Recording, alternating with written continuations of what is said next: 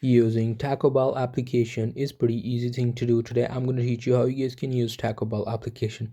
For that we will go to the Taco Bell application. Now this is the homepage of the Taco Bell.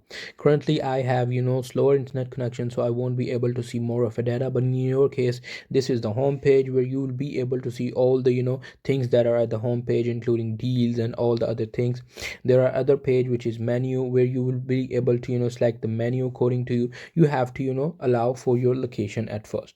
After doing that, you just have to, let me just close it and open it again. After after the menu section, there should be a profile section where you will be able to set up your account or personal things, including your address and all the other things. You will also be able to add some payment methods and stuff.